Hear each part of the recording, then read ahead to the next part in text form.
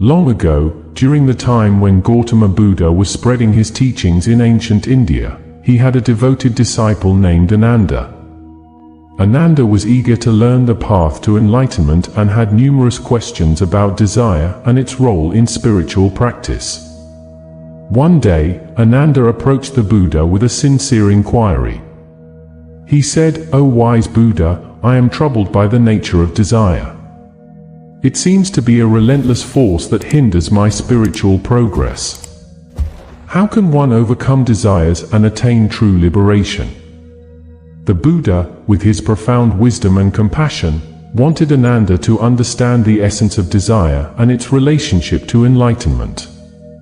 He decided to use a practical lesson to impart this knowledge to his disciple.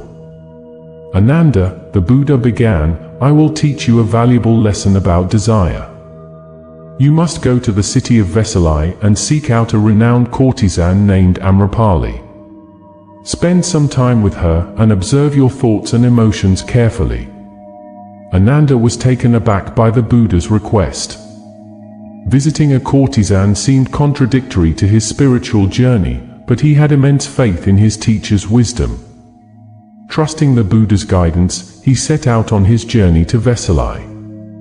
Upon arriving in Vesali, Ananda found Amrapali, who was indeed renowned for her beauty and charm. She welcomed him into her opulent abode, offering him the finest of luxuries and trying to tempt him with her allure. Throughout his stay, Ananda maintained unwavering mindfulness. He neither indulged in desire nor condemned it. Instead, he observed the sensations and emotions that arose within him without being swayed by them. During his time with Amrapali, Ananda engaged her in thoughtful conversations about life, happiness, and the nature of desire. He came to see her not as a mere courtesan, but as a human being with her own struggles and aspirations. As the days passed, Ananda's understanding deepened.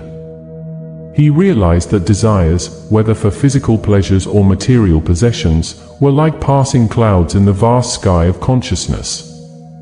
By maintaining mindfulness and not clinging to these desires, one could find peace and freedom.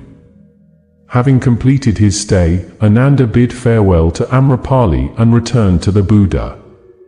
He shared his experiences and insights with his teacher, expressing gratitude for the profound lesson he had learned. The Buddha smiled and said, "Ananda, desires are a natural aspect of human existence, but they can be our downfall if we allow them to control us. Just as a boat can carry you across a river, but should not be carried on your back once you have crossed, desires can serve a purpose, but should not burden your spiritual journey."